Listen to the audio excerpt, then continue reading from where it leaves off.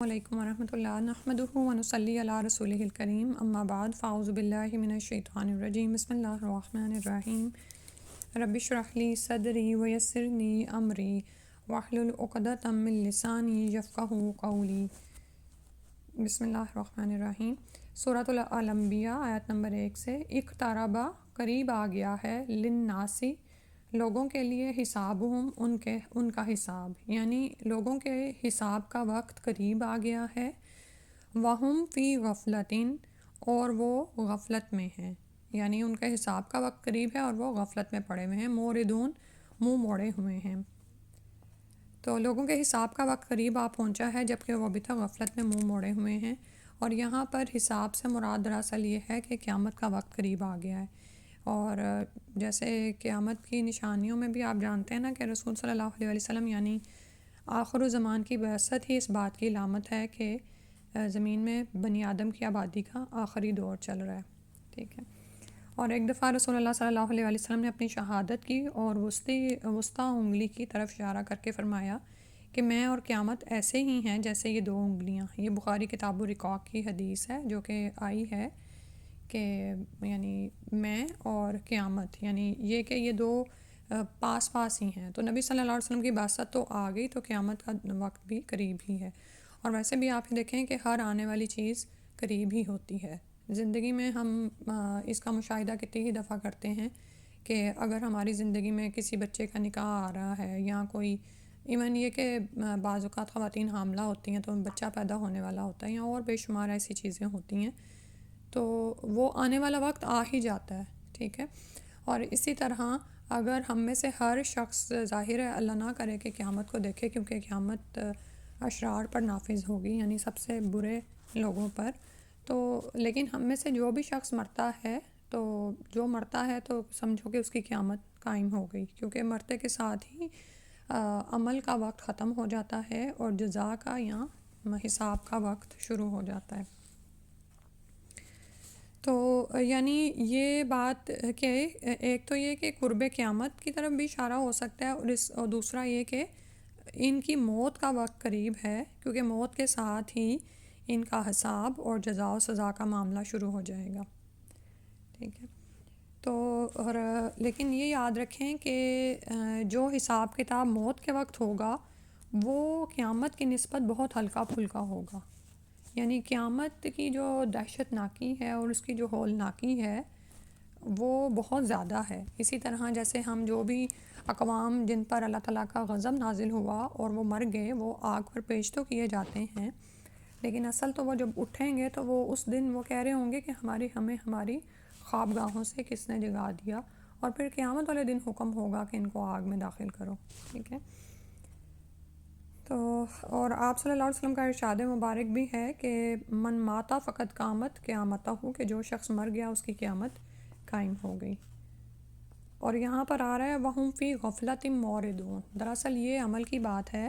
کہ ہم میں سے ہر شخص جانتا ہے، اور یہ ہمارے ایمان کا تقاضا ہے کہ ہم اس بات پر ایمان رکھتے ہیں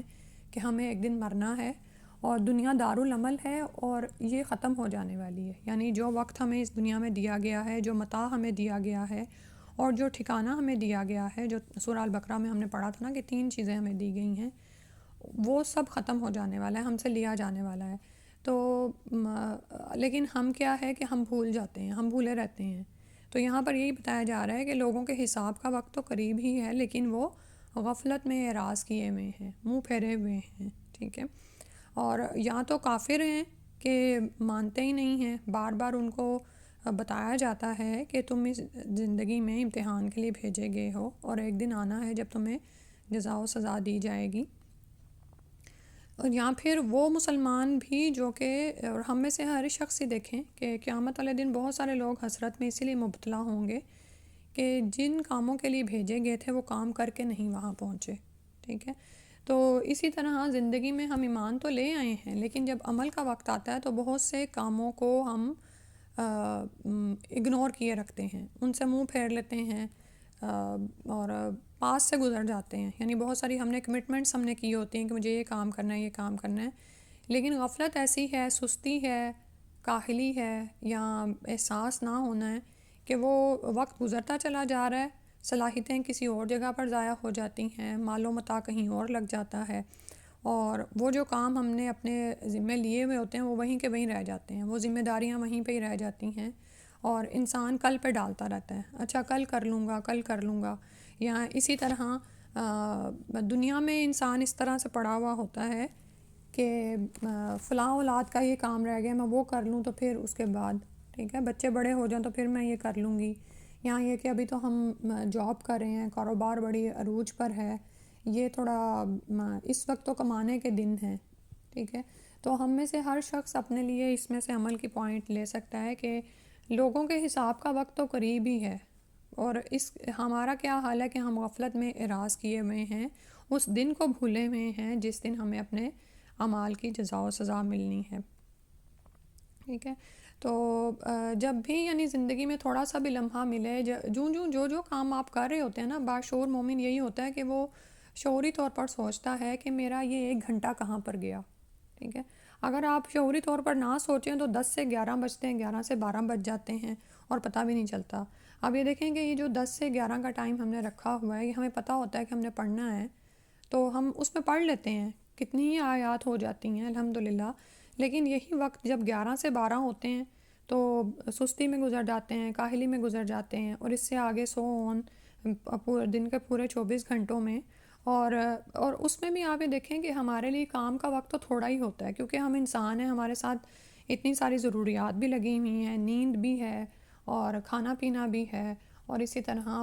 کچھ اور ذمہ داریاں بھی ہیں. تو ان میں سے کتنا ہی وقت ہمارے پاس بچتا ہے کہ ہم اسے ضائع کریں، ٹھیک ہے. تو اللہ سبحانہ تعالیٰ سے دعا ہے کہ ہمیں، اگر ہم اس غفلت میں پڑے ہوئے ہیں، اراض میں ہیں، منہ موڑے ہوئے ہیں، تو اللہ تعالیٰ ہمیں اس سے نکال دے اور ہم اپنی زندگیوں کو پروڈکٹیو بنائیں اور اس سے ہم کوئی فائدہ اٹھا لیں،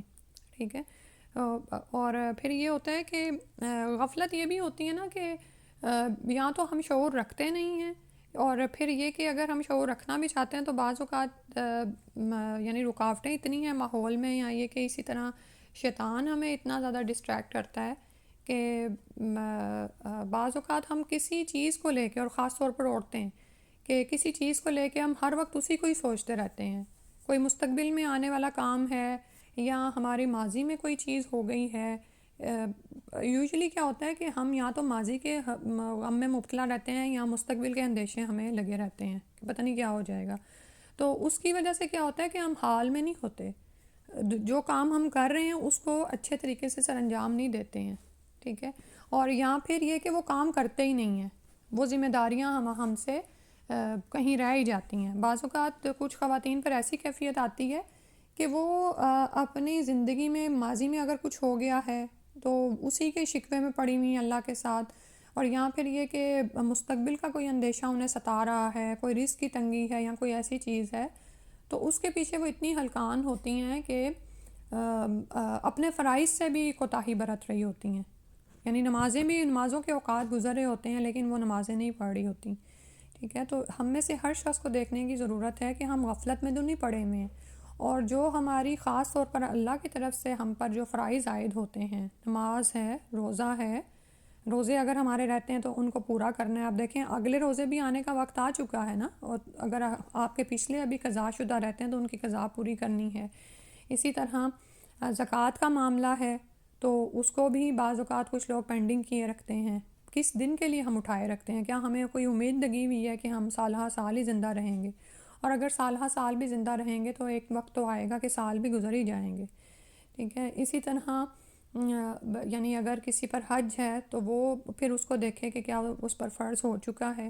یعنی اپنی زندگی کو ایک شعوری احساس کے ساتھ گزارنے کی ضرورت ہے. اس آیت سے ہمیں یہ سمجھ آ رہی ہے کہ اکثریت جو سی ہے نا وہ غفلت میں پڑی ہوئی ہے، لیکن ہم نے اس غفلت سے نکلنا ہے. اور پھر اس سے بھی آگے بڑھ کر فرائض کی ادائیگی کے بعد لوگوں کے ساتھ جو معاملات ہیں، ہمارے تعلقات ہیں، ان میں ایک تو یہ نا کہ عدل کا برتاؤ کیا جائے، اور ایک اس سے بڑھ کر ہے کہ احسان کا معاملہ کیا جائے. اور لوگوں کے ساتھ احسان کرنے کے لیے بھی نا اپنے سستی اور غفلت سے باہر آنا پڑتا ہے، کیونکہ جب آپ لوگوں کے ساتھ احسان کرتے ہیں نا تو آپ کو ظاہر ہے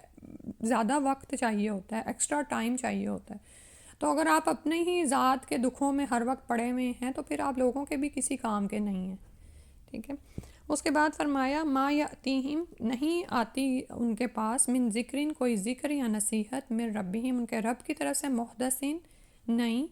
الا مگر استمعوہ وہ اس کو سنتے ہیں، وہم یلعبون اور وہ کھیل رہے ہوتے ہیں۔ تو جب بھی ان کے پاس ان کے پروردگار کی طرف سے کوئی نئی نصیحت آتی ہے، اور نصیحت سے مراد یہاں پر کوئی نئی صورت ہے، یعنی جب کوئی صورت اللہ کی طرف سے نازل ہوتی ہے تو اسے بھی سن کر وہ کیا کر دیتے ہیں، نظر انداز کر دیتے ہیں، انسنی کر دیتے ہیں۔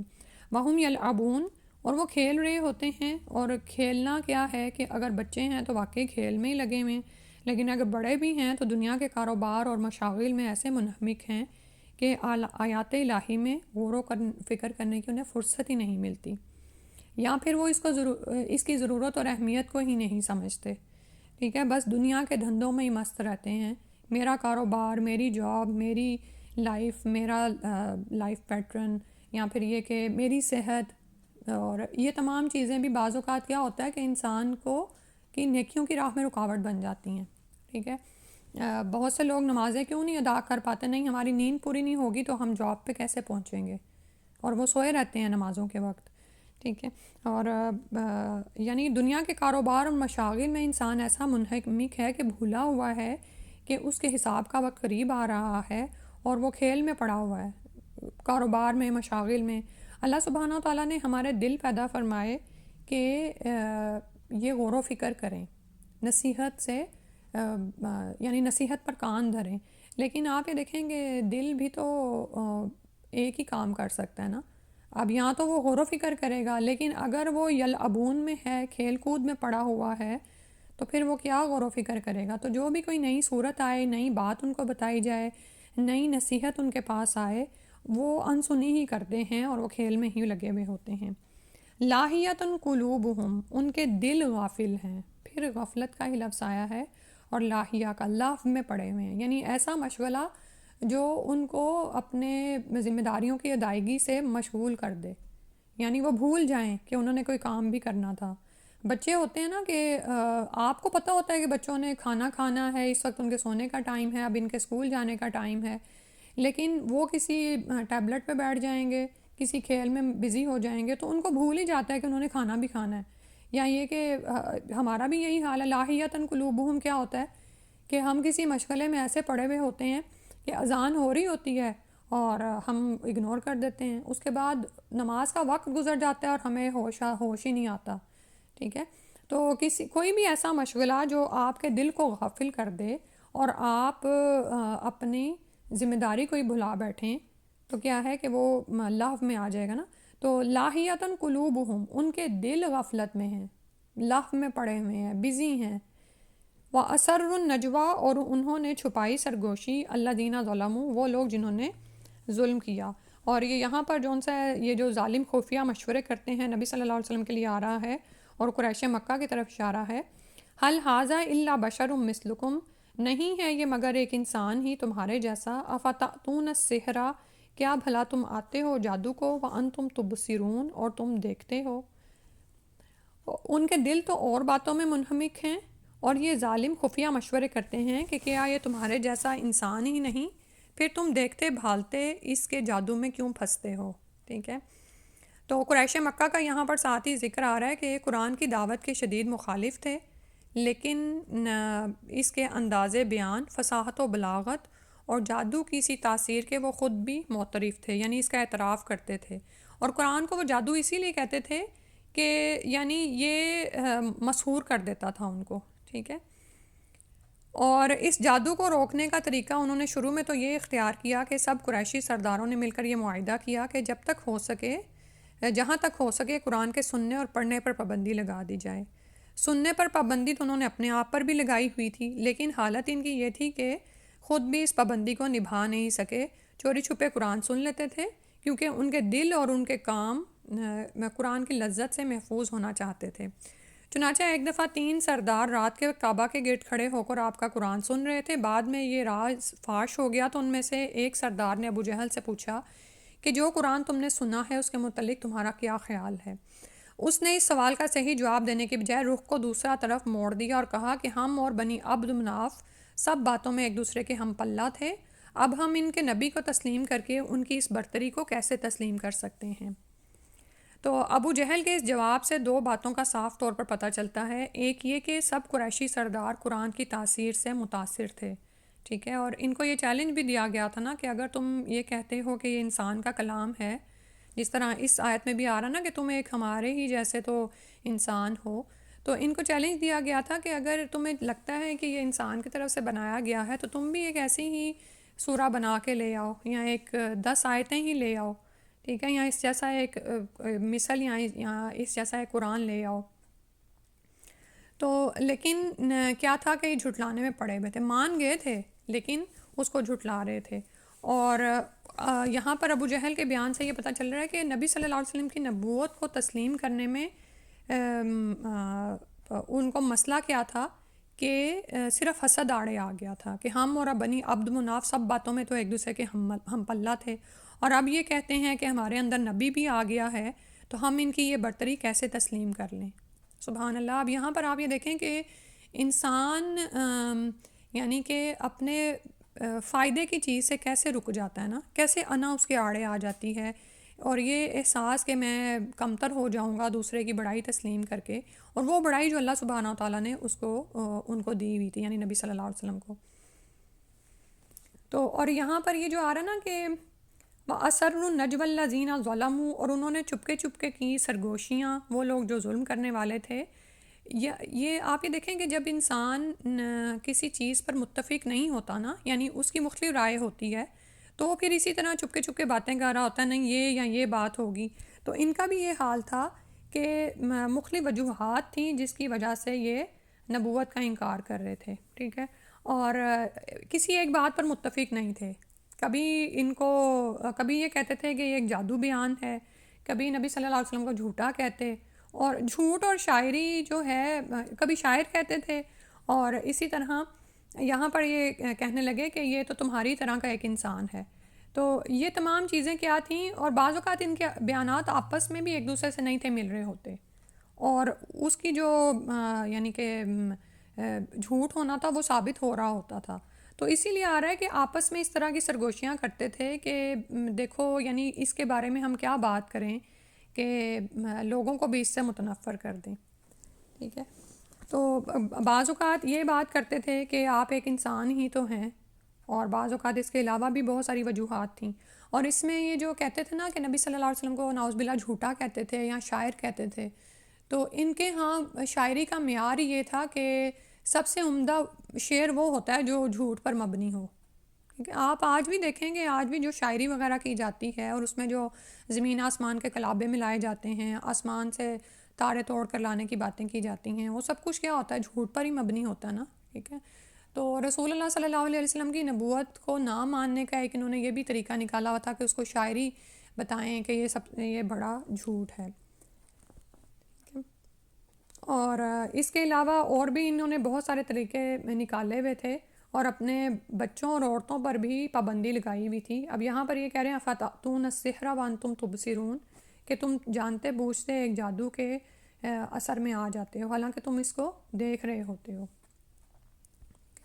اور اسی طرح آپ یہ دیکھیں کہ ایک دفعہ انہوں نے وہ جو میٹنگ کی تھی جس میں ولید بن مغیرہ کے ساتھ تھے یہ لوگ، اور پھر یہ کسی بات پر متفق ہوئے تھے کہ ہم نبی صلی اللہ علیہ وسلم کو کیا کہیں کہ یعنی ان کی نبوت کا انکار کس طرح سے کریں. اور اسی طرح جب یہ خود کسی بات پر متفق ہو جائیں تو وہی بات لوگوں میں پھیلا دیں کہ کیوں ہم اس کی نبوت کا انکار کر رہے ہیں، ٹھیک ہے. اور اب یہاں پر کیا آ رہا ہے کہ حل ھذا الا بشر مثلکم، تو لوگوں کو یعنی اس دھوکے میں ڈال رہے تھے کہ یہ تمہاری طرح کا تو ایک انسان ہے، تو یعنی کھاتا پیتا بھی ہے، بازاروں میں چلتا بھی ہے، اس کی باقی تمام بھی ویسی ہی ضروریات ہیں، تو یہ کس طرح ہو سکتا ہے کہ اس کے پاس کوئی وحی آتی ہو، ٹھیک ہے. یعنی آج بھی لوگوں کے درمیان ایسی ہی باتیں مشہور ہیں بعض اوقات کہ وہ رسول اللہ صلی اللہ علیہ وسلم کا درجہ انسانوں سے اوپر کہیں لے جاتے ہیں، ٹھیک ہے. اور جب ان کو سمجھایا جاتا ہے تو وہ کہتے ہیں کہ تمہارے دلوں میں تو رسول کی محبت ہی نہیں ہے. یعنی قریش مکہ تو یہ بات مخالفت میں کر رہے تھے، لیکن آج کے لوگ اس کو بیجا عقیدت میں کر رہے ہوتے ہیں، مبالغے میں ایسا کر رہے ہوتے ہیں، ٹھیک ہے. اور پھر اس میں وہ اس حد تک آگے بڑھ جاتے ہیں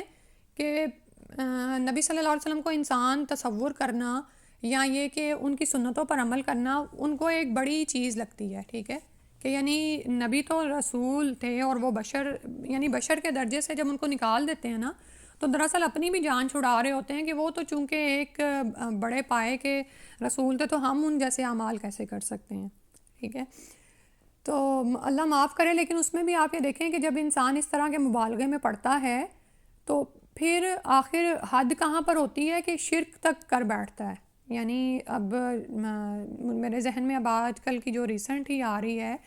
کہ روزہ رسول پہ بھی جب حاضری دیتے ہیں اور وہاں پر شرک سے بچانے کے لیے ہی رسول اللہ صلی اللہ علیہ وسلم کے روزہ مبارک کو تینوں طرف سے کور کر دیا گیا ہے، ٹھیک ہے، یعنی وہ اس کو اس طرح سے ایک ٹرائی اینگل میں بند کر دیا گیا ہے کہ اگر آپ کسی بھی طرف سے کوشش کرو تو ان کی قبر کو سجدہ نہیں ہو سکتا۔ اور یہ چیز خاص طور پر عورتوں کی طرف کی گئی ہے کہ وہاں پر تو بالکل ہی نا وہ جو پہلے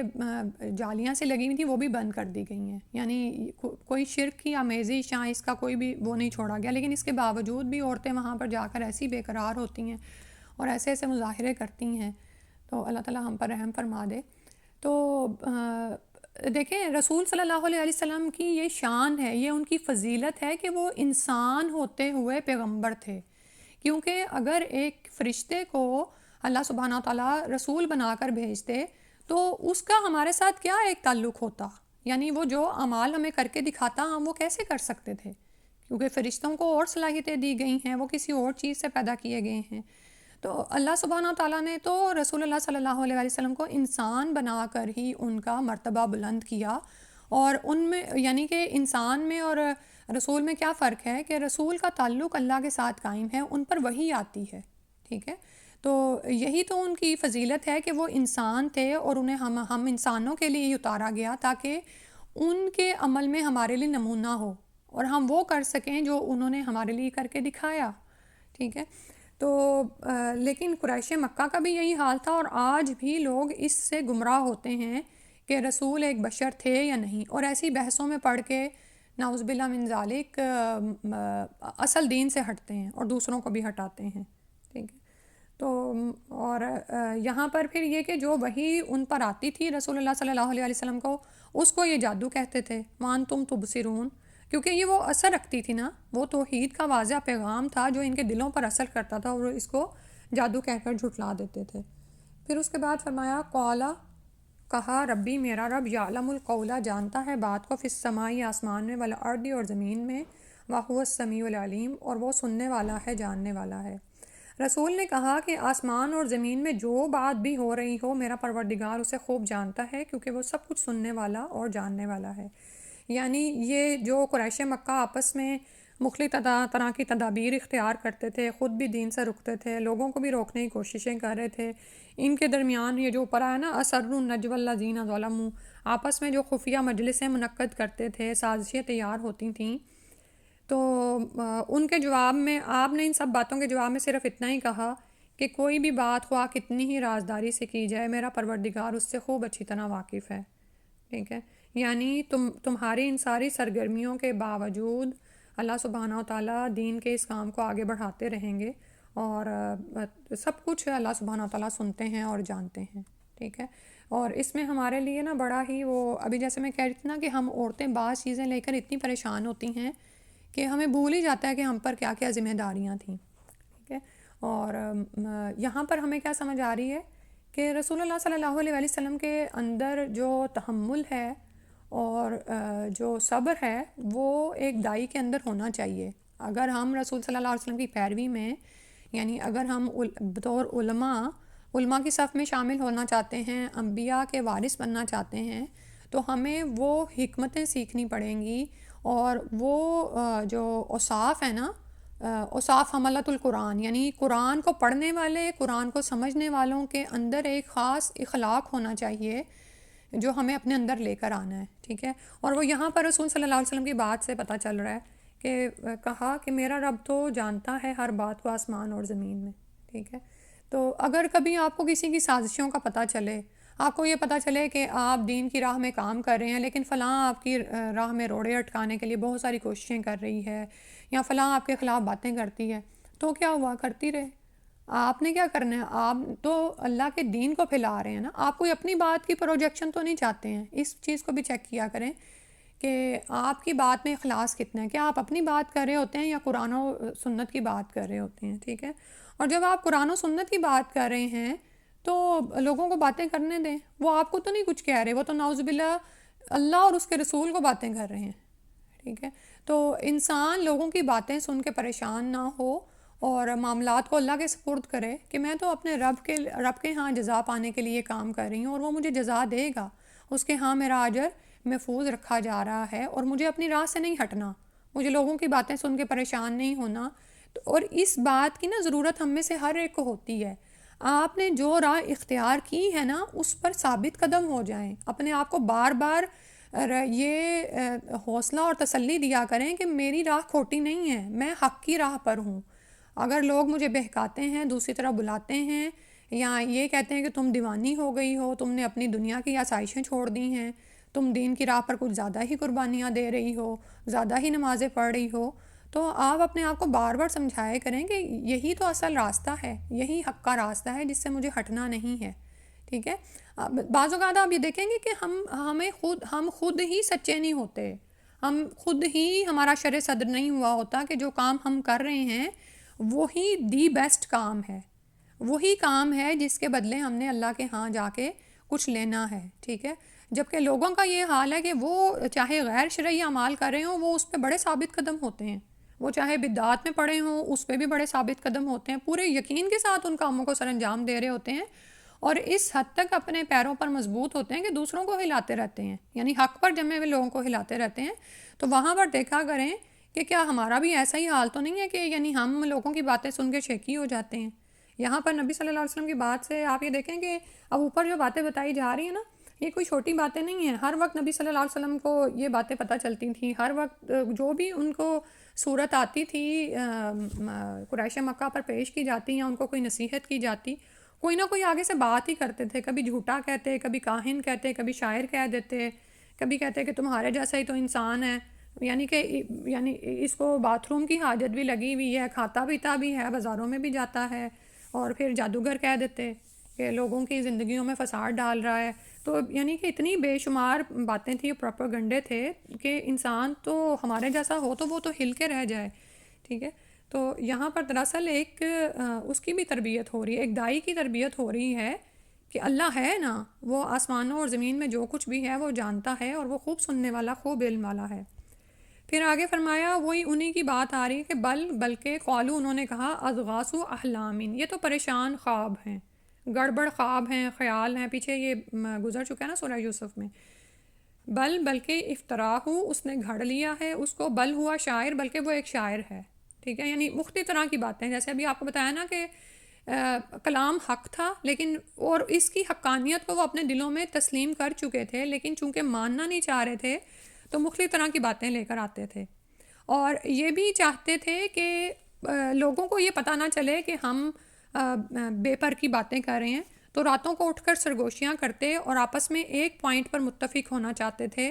تاکہ لوگوں کو اس سے بہکا سکیں. ٹھیک ہے، تو اب مختلف طرح کی باتیں ہیں کہ کہتے کہ اس نے اس کو گھڑ لیا، یعنی خود ہی بنا کر لیا ہے قرآن. پھر کہتے کہ یہ تو ایک شاعر ہے، اس پر کوئی شاعری کا نزول ہوتا ہے. اور شاعر اور کذب جو میں نے ابھی آپ کو بتایا نا کہ نبی صلی اللہ علیہ وسلم کو یہ جھوٹا اور شاعر جو کہتے تھے نا، تو ان کے ہاں بہترین شعر کا معیار ہی یہ تھا جس میں جھوٹ بھرا ہوا ہو. ٹھیک ہے، فلیاتینا، تو پس چاہیے کہ لے آئے ہمارے پاس بھی آیتن کوئی نشانی، کما جیسا کہ ارسلہ بھیجے گئے الاولون پہلے. تو یہ کہتے کہ یہ قرآن کی آیتیں تو پراگندہ خواب ہیں، یعنی جیسے رات کو آپ کو کوئی سا بھی خواب آتا ہے نا، کبھی یہ خواب آتا ہے، کبھی آپ کچھ دیکھ رہے ہوتے ہیں، کبھی کچھ اور دیکھ رہے ہوتے ہیں. ٹھیک ہے، تو نعوذ باللہ یہ وحی الہی کو پراگندہ خواب بتاتے اور یہاں پھر کہتے کہ یہ اس کی اپنی کوئی خود ساختہ چیز ہے، یہاں پھر کہتے کہ یہ شاعر ہے، اور پھر چیلنج کرتے کہ اس کو ہمارے پاس کوئی ایسا معجزہ لے کر آنا چاہیے جیسا کہ پہلے رسول معجزات دے کر بھیجے گئے تھے. ٹھیک ہے، تو اس میں وہی جو ابھی میں نے آپ کو ولید بن مغیرہ والی قصہ سنایا نا وہ یہاں پر آ رہا ہے، اس کو پڑھ لیتے ہیں اور یہ ہم پہلے بھی پڑھ چکے ہیں. تو اصل بات یہ ہے کہ آپ کی مخالفت کی حد تک سارے قریشی سردار متفق تھے، لیکن انہیں یہ سمجھ نہیں آ رہی تھی کہ آپ کو کہیں تو کیا کہیں، جادوگر کہیں، آسیب شدہ کہیں، کاہن کہیں، کاہن یعنی جو مستقبل کی خبریں دیتا ہے، اور وہ کاہن بھی آپ کو کیوں کہتے تھے؟ کیونکہ آپ ان کو ان کے مستقبل کے بارے میں خبردار کر رہے تھے، ٹھیک ہے۔ یہاں شاعر کریں لوگوں کو کیا کہہ کر اس محمد صلی اللہ علیہ وسلم سے باز رکھیں، چنانچہ اسی غرض کے لیے قریشی سردار ولید بن مغیرہ کے پاس گئے جو ابو جہل کا چچا تھا، اور حرب بن امیہ کی وفات کے بعد قریش کی سیادت اسی کے ہاتھ میں آئی تھی، یعنی وہ ایک طرح کا ان کا سردار تھا۔ سوال یہ سامنے آیا کہ اس نبی کی دعوت کو کیوں کر غیر مؤثر بنایا جا سکتا ہے تاکہ باہر سے آنے والے حجاج اس شخص کے شر سے محفوظ رہ سکیں۔ ولید بن مغیرہ سمجھدار آدمی تھا، بولا اس سلسلے میں اپنی اپنی تجاویز پیش کرو، یعنی وہ چاہ رہا تھا کہ برین سٹارمنگ ہو، کہنے لگا کہ تو جو تمہارے دماغ میں ہے وہ پہلے بتاؤ۔ ایک شخص نے کہا ہم کہیں گے کہ یہ شخص کاہن ہے۔ ولید کہنے لگا واللہ یہ شخص کاہن نہیں، اس کے کلام میں نہ کاہنوں جیسی گنگناہٹ ہے، نہ کافیہ، نہ کوئی اور تک بندی ہے، وہ کاہن کیسے ہو سکتا ہے؟ دوسرے نے کہا ہم کہیں گے وہ دیوانہ ہے۔ ولید کہنے لگا بخدا وہ پاگل بھی نہیں، ہم نے پاگلوں کو بھی دیکھا ہے، اس کے اندر نہ پاگلوں جیسی دم گھٹنے کی کیفیت ہے، نہ الٹی سیدھی حرکتیں ہیں، اور نہ ان جیسی بہکی بہکی باتیں ہیں۔ تیسرے نے کہا ہم کہیں گے وہ شاعر ہے۔ ولید کہنے لگا وہ شاعر بھی نہیں، ہمیں رجز، حجز، قرید، مقبود، مبسوط سارے ہی اصناف سخن معلوم ہے، یعنی جو شعر میں آتے ہیں نا مختلف طرح کی اصناف سخن، بات کرنے کے انداز، تو اس کی بات بہرحال شعر نہیں ہے۔ چوتھے نے کہا ہم کہیں گے کہ وہ جادوگر ہے۔ ولید نے کہا وہ جادوگر بھی نہیں، یہ شخص نہ تو جھاڑ بھونگ کرتا ہے اور نہ ہی گرا لگاتا ہے، جیسے جادو کیا جاتا ہے نا، نبی صلی اللہ علیہ وسلم تو نعوذ باللہ ایسا کچھ بھی نہیں کرتے تھے۔ تب لوگوں نے جھنجھلا کر کہا پھر تم ہی اپنی رائے بے داغ رائے پیش کرو۔ وہ کہنے لگا مجھے ذرا سوچ لینے دو۔ بڑی سوچ بچار کے بعد اس نے اپنی رائے پیش کی کہ تم لوگ یوں کہہ سکتے ہو کہ یہ شخص ایسا کلام پیش کرتا ہے جو ایسا جادو ہے جس سے بھائی بھائی سے، باپ بیٹے سے، شوہر بیوی سے جدا ہو جاتا ہے اور کنبے قبیلے میں پھوٹ پڑ جاتی ہے۔ چنانچہ اس تجویز پر متفق ہو کر سب لوگ رخصت ہو گئے۔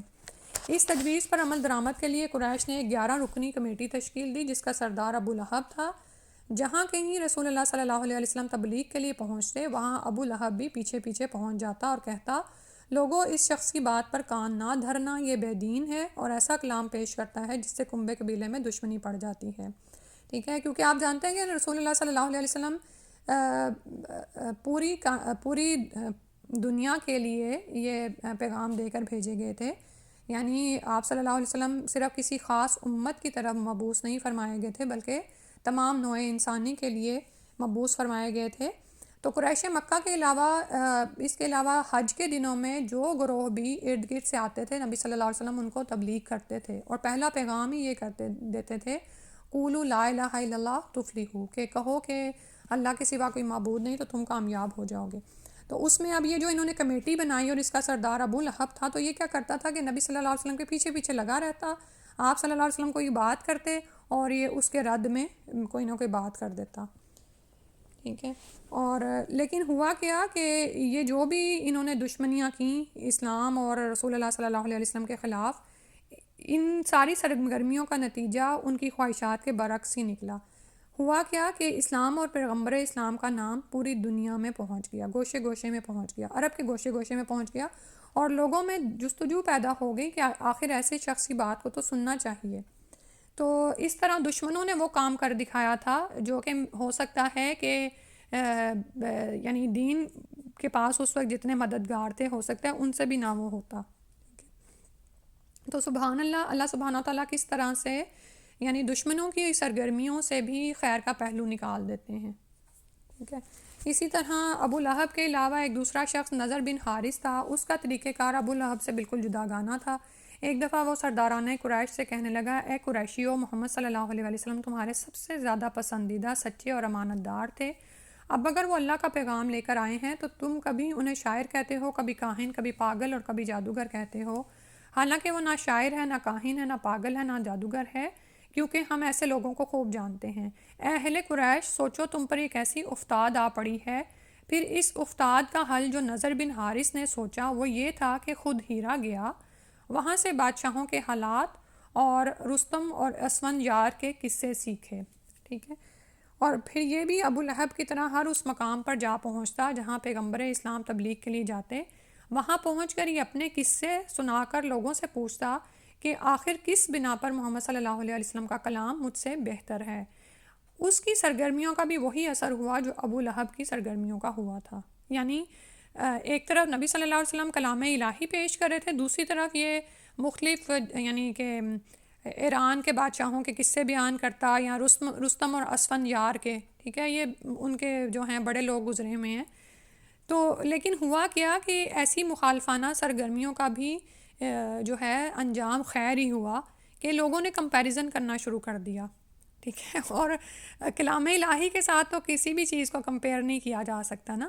جس شخص کے اندر ایمان کی حلاوت آ جائے اور اس پر یہ وحی الہی اثر کر جائے، تو یہ کبھی ہوا نہیں ہے کہ وہ کسی اور چیز سے متاثر ہو، پھر یہ آپ کے ساتھ بھی ہوگا نا۔ ایک طرف یہ ہے کہ آپ اس دین کو سیکھتے ہیں، قرآن کو سیکھتے سکھاتے ہیں، اور ایک طرف یہ ہوتا ہے کہ بائی چانس کبھی آپ ایسی محفل میں جا پہنچتے ہیں جہاں پر لوگ بڑی بڑی باتیں کر رہے ہوتے ہیں، او فلاں جگہ کے بادشاہ کے پاس اتنا مال ہے، اس کا تو محل ہی 25 کمروں پر مشتمل ہے، اور اس نے اتنے اینٹیکس چھوڑے ہیں اور فلاں اور ایسی باتیں، تو آپ کا دل کتنا بیزار ہوتا ہے ایسی باتوں سے۔ کیوں؟ کیونکہ آپ تو ایمان لے آئے ہیں آخرت کے وعدوں پر کہ وہاں پر جنتوں میں آپ کو کیا کچھ عطا ہونے والا ہے، اور پھر جب انسان اللہ کی معرفت سنتا ہے، اللہ کے بارے میں سنتا ہے کہ اللہ تعالیٰ السمیع العلیم ہے، اللہ تعالیٰ کے ناموں کی معرفت حاصل کرتا ہے، وہ نبی صلی اللہ علیہ وسلم کی سیرت کا مطالعہ کرتا ہے، تو یہ کبھی ہو نہیں سکتا کہ اس کو کسی دنیا کے بہت بڑے بادشاہ کا قصہ سنایا جائے اور اس سے مرعوب ہو جائے، ٹھیک ہے۔ تو نضر بن حارث کی بھی یہ جو کارروائی تھی، یہ الٹا اسلام کے حق میں خیر ہی ثابت ہوئی، اور ظاہر ہے جن لوگوں نے نہیں ماننا، جن کے دل ٹیڑھے ہیں، وہ تو پھر وہی بہکتے ہوں گے اس کی ایسی باتوں سے۔ تو اور لیکن اب یہ ساری باتیں، اور اس کے اینڈ میں پھر وہی فرمایا کہ رسول صلی اللہ علیہ وسلم کو پھر کیا چیلنج دیتے کہ تم کوئی نشانی لے آؤ جیسے کہ پہلے بھیجے گئے ہیں، یعنی جب ان کے پاس کوئی بھی حل نہیں رہا تو معجزے کا مطالبہ کرتے، اور معجزہ بھی ایسے مانگتے کہ جیسے آئے گا اور فوراً ہی اس پر ایمان لے آئیں گے، حالانکہ معجزہ تو ان کے ہاتھوں میں تھا، یہ وحی الہی تو اتنا بڑا معجزہ تھا جس کو یہ ماننے کو تیار نہیں تھے، ٹھیک ہے۔ تو اور پھر معجزے کے بارے میں تو آپ پڑھ چکے ہیں نا کہ نبی صلی اللہ علیہ وسلم پر اتارے بھی گئے معجزے، شق قمر کا واقعہ بھی ہوا، اور اس کے علاوہ بھی رسول صلی اللہ علیہ وسلم کی زندگی میں بہت سارے معجزات ہیں، لیکن نہ ماننے والے پھر بھی نہیں مانتے۔ اور پھر یہ کہ جب ایک رسول صلی اللہ علیہ وسلم کو یہ پیشکش بھی کی گئی اللہ کی طرف سے کہ اگر آپ چاہیں تو ان کو معجزہ دکھائیں، لیکن اس کے بعد ان کی ہدایت کا راستہ بند ہو جائے گا، یعنی جیسے پہلی قوموں پر منہ مانگے معجزے اتارے گئے اور وہ لوگ نہیں مانے تو ان پر ہلاکت ڈال دی گئی، کیونکہ یہ اللہ تعالیٰ کی سنت جاریہ ہے کہ اگر قوم منہ مانگے معجزے کو دیکھ کر بھی ایمان نہیں لاتی تو پھر اللہ تعالیٰ کی طرف سے اس پر ہلاکت آتی ہے، ٹھیک ہے۔ تو نبی صلی اللہ علیہ وسلم نے پھر ان کے لیے، اپنی قوم کے لیے ہدایت کے دروازے کو کھلا رکھنا ہی پسند کیا تھا، ٹھیک ہے۔ تو کیونکہ قریش مکہ کا بھی حال وہی تھا کہ اگر معجزہ آ بھی جاتا، اور جیسے کہ ہم دیکھتے ہیں کہ شق قمر کا واقعہ بھی ان کو دکھایا تو گیا ہی تھا، لیکن اس کے باوجود بھی یہ نہیں مانے تھے۔ اسی کا بیان جو اگلی آیت میں بھی آ رہا ہے، ما آمنت قبلہم من قریۃ اہلکناہا افہم یؤمنون، نہیں ایمان لائی ان سے پہلے کوئی بستی، ہلاک کر دیا ہم نے اس کو، تو کیا بھلا وہ اب ایمان لائیں گے؟ یعنی جس بستی کو بھی اللہ تعالیٰ نے ان سے پہلے ہلاک کیا وہ ایمان نہیں لائی تھی، تو کیا یہ ایمان لے آئیں گے معجزہ دیکھ کر؟ اور ابھی جو پیچھے بات گزری ہے نا، آپ یہ دیکھیں گے اس میں ہمارے لیے سیکھنے کی بڑی باتیں ہیں کہ جو یہ کاروائیاں کر رہے تھے نا دنیا میں، یہ سب کچھ ہو رہا ہے، ایک طرف قرآن ہے، معجزہ ہے، اور اس کو ہم کتنی اہمیت دیتے ہیں، کتنی ورث دیتے ہیں، اور دوسری طرف قرآن کی تعلیمات کو جھٹلانے کے لیے یا اس سے روکنے کے لیے دنیا میں اتنی ڈسٹریکشنز ہیں کہ جیسے اب یہ نضر بن حارث کی بات ہوئی نا، تو اسی طرح آپ یہ دیکھیں کہ میڈیا کتنا بڑا رول ادا کر رہا ہے لوگوں کو گمراہ کرنے کے لیے، مختلف طرح کے ڈرامے ہیں، رسائل ہیں، اور ریسرچز ہیں طرح طرح کی جو لوگوں کے سامنے لائی جاتی ہیں، اور لوگ ان چیزوں کے پیچھے پڑے ہوئے ہیں، اپنی دنیا کمانے میں اتنے مصروف ہیں کہ آخرت سے غافل ہیں، ٹھیک ہے. تو ابھی بھی اگر ہم میں سے بھی اگر کسی کو ابھی بھی یہ چیز اس چیز کی لت پڑی ہوئی ہے نا کہ ہم ڈیوائس پکڑتے ہیں تو ہم کسی ڈرامے میں پہنچ جاتے ہیں، ہم ڈیوائس پکڑتے ہیں تو ہم کسی بہت بڑی ریسرچ تک پہنچ جاتے ہیں، اور وہ ٹائم ہوتا ہے کہ ہم قرآن کو سیکھیں، اس علم کو سمجھیں، اس سے اپنے دلوں کو منور کریں. اور اگر علم حاصل کر کے آپ کو دل میں مٹھاس نہیں اترتی ہے، ایمان کی حلاوت نہیں اترتی ہے، تو اللہ سے دعا کریں کہ یا اللہ مجھے ربی زدنی علما، کہ یا اللہ مجھے علم میں زیادہ کر دے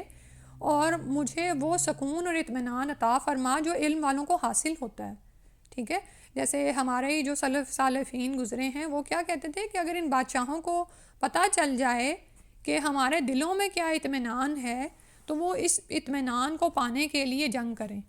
ٹھیک ہے. یعنی زیادہ سے زیادہ بادشاہ کیا کر سکتے ہیں؟ لوگوں کو قید کر سکتے ہیں، لیکن بہت سے ہمارے امام ہیں جنہوں نے جیلوں میں پرسکون زندگی گزاری، وہ وہاں پر ذکر الہی میں مصروف رہتے تھے، تعلیم و تعلم میں مصروف رہتے تھے، اور بعض تو یہاں تک کہتے تھے کہ اتنی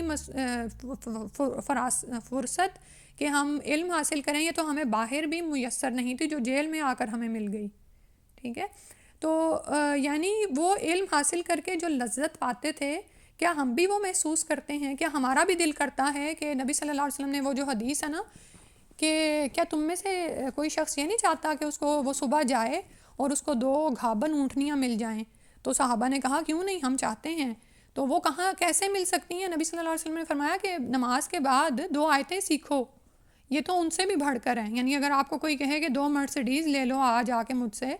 تو ہم بھاگتے ہوئے جائیں. لیکن یہی جب فجر کے بعد مجلس ہوتی ہے، حدیث کی محفل ہوتی ہے یا قرآن کی محفل ہوتی ہے، تو ہم کتنی دیر کتنے شوق سے اس میں بیٹھتے ہیں. ہم سب کو اپنی زندگیوں میں دیکھنا چاہیے کہ ہمارا بھی یہی حال تو نہیں ہے کہ ہم اس کو ازواس و احلام کہہ کے اگنور کیے جا رہے ہیں، اور اس کے برعکس وہ دنیا کی چیزیں جو اس وقت تو چمکتی ہوئی لگ رہی ہیں، وہ قصے کہانیاں جو ہمیں بڑی مقبول ہیں ہم میں کہ فلاں ڈرامے میں فلاں نے کیا کر دیا اور فلاں ہیرو نے کیا کیا اور فلاں ہیروئن کیا کر رہی ہے، نعوذ باللہ من ذالک. تو ہم اپنی زندگی میں دیکھیں کہ قرآن ہماری زندگیوں میں کس حد تک شامل ہوا ہے. پھر اس کے بعد آیت نمبر 7 ہے وما ارسلنا قبلک الا رجالا نوحی الیہم، اور نہیں بھیجا ہم نے آپ سے پہلے مگر مردوں ہی کو رسول بنا کر، یعنی ہم ان کی طرف وحی کرتے تھے. فاسألوا، تو پوچھ لو اہل ذکری، ذکر والوں سے، کتاب والوں سے، ان کنتم لا تعلمون، اگر تم علم نہیں رکھتے ہو. تو اے نبی صلی اللہ علیہ وسلم، آپ سے پہلے ہم نے جتنے رسول بھیجے وہ سب مرد ہی تھے جن کی طرف ہم وحی کرتے تھے. لہٰذا اگر تم یہ بات نہیں جانتے تو اہل ذکر سے یعنی اہل کتاب سے پوچھ لو. وما جعلناہم جسدا لا یأکلون الطعام وما کانوا خالدین، اور نہیں بنایا تھا ہم نے ان کو ایسے جسم کہ وہ نہ کھانا کھاتے ہوں اور وہ ہمیشہ رہنے والے ہوں. یعنی یہ جو اوپر ان کے اعتراض کا ہی ایک طرح سے جواب ہے کہ وہ کہتے تھے کہ یہ تمہاری طرح کا تو ایک انسان ہے. اللہ تعالیٰ نے فرمایا کہ ہم نے آپ صلی اللہ علیہ وسلم سے پہلے بھی جتنے رسول بھیجے تمام ہی انسان مرد ہی تھے. ٹھیک ہے. یعنی یہ نہیں تھا کہ وہ کوئی فرشتے تھے اور وہ انسانوں جیسی خصوصیات نہیں رکھتے تھے، بلکہ انسانوں کے مابین انسانوں کو ہی رسول مبعوث فرمایا گیا. اور یہ بات تم اہل کتاب سے بھی پوچھ سکتے ہو. اور ان پہلے انبیاء کے بھی اور نبی صلی اللہ علیہ وسلم کا بھی جو جسد ہے، جسد کا مطلب ہوتا ہے یعنی جو مختلف چیزوں سے مرکب کیا گیا ہو نا، اور انسان کا جسم ہوتا ہے ایسا. تو یعنی نبی صلی اللہ علیہ وسلم بھی ایک جسم رکھتے تھے، اور یہ نہیں تھا کہ ان کو انسانوں جیسی ضروریات لاحق نہ ہو. آپ بھی کھانا کھاتے تھے اور آپ پر بھی موت آئی، آپ فوت ہوئے. اور اس میں بھی آپ یہ دیکھیں کہ وہ لوگ جو کہ نبی صلی اللہ علیہ وسلم کی عقیدت میں اتنا آگے نکل جاتے ہیں، وہ بھی ایسی ہی باتیں کرتے ہیں کہ نبی صلی اللہ علیہ وسلم فلاں محفل میں حاضر ہوتے ہیں، وہ ایسوں پتہ نہیں کتنی باتیں کرتے ہیں. اور اگر کہا جائے کہ رسول اللہ صلی اللہ علیہ وسلم فوت ہو گئے تو نعوذ باللہ وہ ناراض ہوتے ہیں ان باتوں پر. ٹھیک ہے. حالانکہ جب رسول اللہ صلی اللہ علیہ وسلم فوت ہوئے ہیں تو ابو بکر نے رضی اللہ عنہ نے فرمایا تھا نا کہ اللہ آپ پر 2 موتیں جمع نہیں کرے گا. یعنی اس وقت بھی لوگ حتیٰ کہ عمر رضی اللہ عنہ بھی یہی کہہ رہے تھے کہ خبردار جو کوئی کہے کہ رسول صلی اللہ علیہ وسلم وفات پا گئے ہیں. ٹھیک ہے. تو پھر وہ آیت جب نبی ابو بکر صدیق رضی اللہ عنہ نے پڑھی کہ وما محمد الا رسول قد خلت من قبلہ رسل، تو یعنی کہ رسول صلی اللہ علیہ وسلم بھی ایک انسان ہی تھے اور وہ بھی ہمیشہ رہنے والے نہیں تھے اس زمین پر. اور یہ بھی نہیں تھا کہ وہ کھانا نہ کھاتے ہوں، وہ ایسا ہی جسم رکھتے تھے جیسے پہلے انبیاء کا تھا۔ پھر فرمایا ثم صدقناہم الوعدہ، پھر ہم نے سچ کر دیا ان سے وعدے کو، فانجیناہم، تو نجات دی ہم نے ان کو، ومن نشاء، اور جس کو ہم نے چاہا، واہلکنا المسرفین، اور ہم نے ہلاک کر دیا حد سے بڑھنے والوں کو۔ تو اللہ تعالیٰ نے فرمایا کہ ان تمام رسولوں سے بھی جو وعدہ کیا تھا اسے پورا کر دیا، اور جب اللہ تعالیٰ کی طرف سے مہلت کا وقت ختم ہو گیا تو فانجیناہم، تو رسولوں کو اور ان کے ساتھ ایمان لانے والوں کو بچا لیا گیا، ومن نشاء، جس چیز کو ہم نے چاہا، یعنی ان میں سے جو جو ایمان کی طرف آئے ان کو بچا لیا گیا، اور اس کے علاوہ جو بھی مسرف تھے، حد سے بڑھنے والے تھے، اللہ تعالیٰ کی حدوں کو کراس کرنے والے تھے، ان سب کو ہلاک کر دیا۔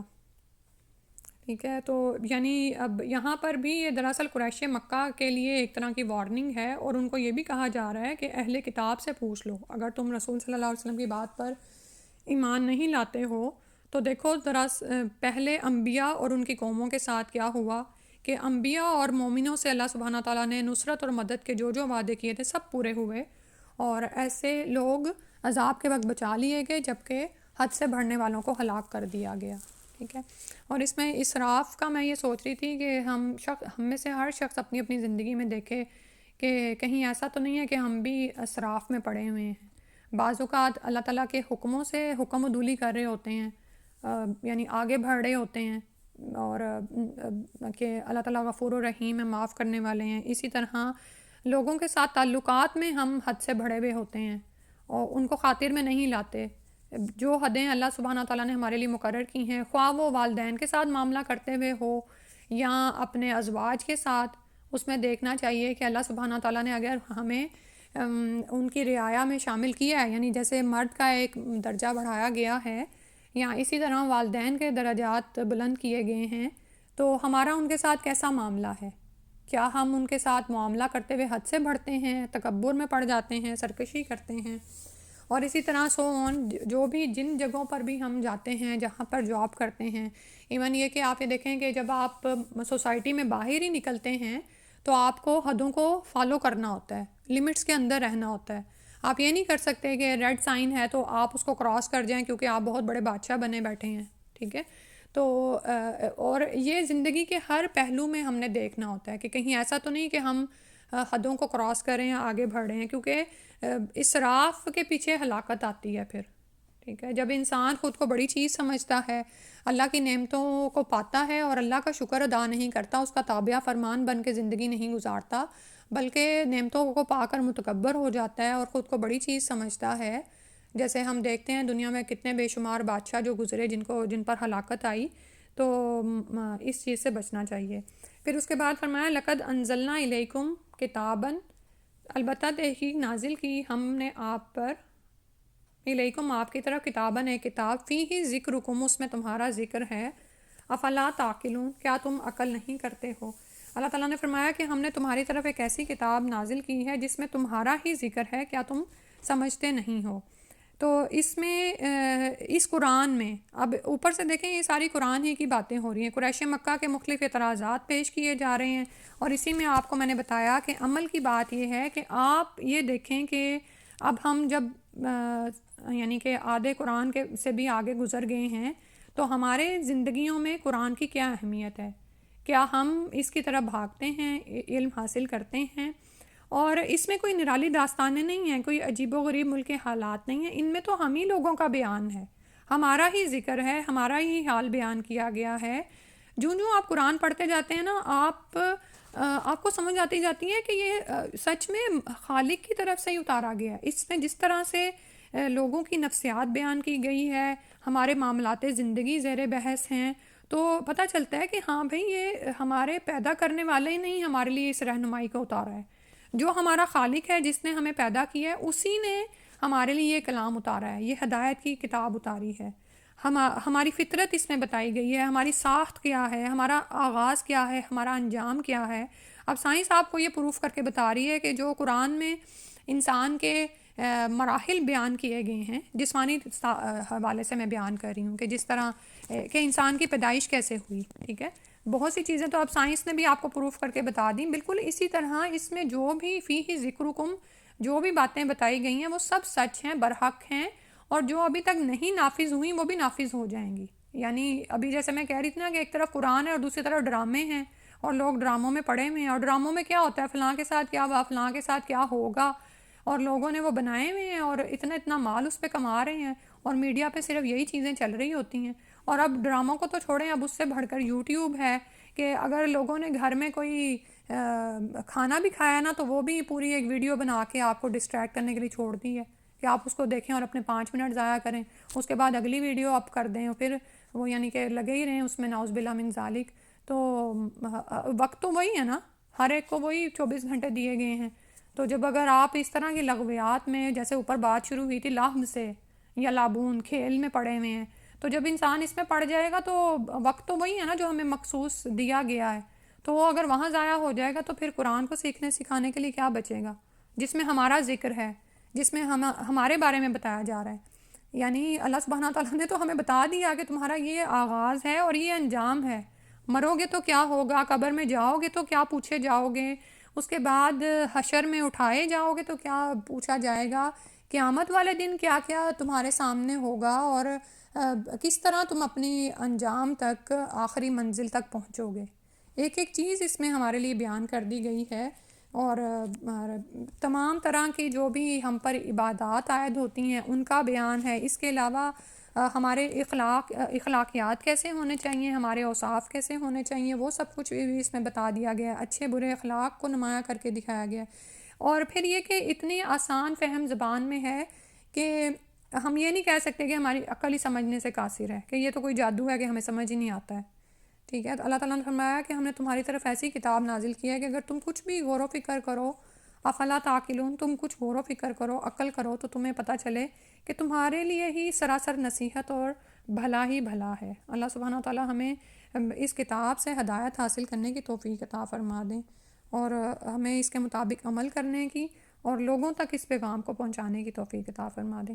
اور لوگوں تک بھی آپ یہ پیغام تبھی لے کے جائیں گے جب آپ کا پوری طرح سے شرح صدر ہو جائے گا کہ آپ حق پر ہیں اور آپ ایک بہترین چیز پڑھ رہے ہیں.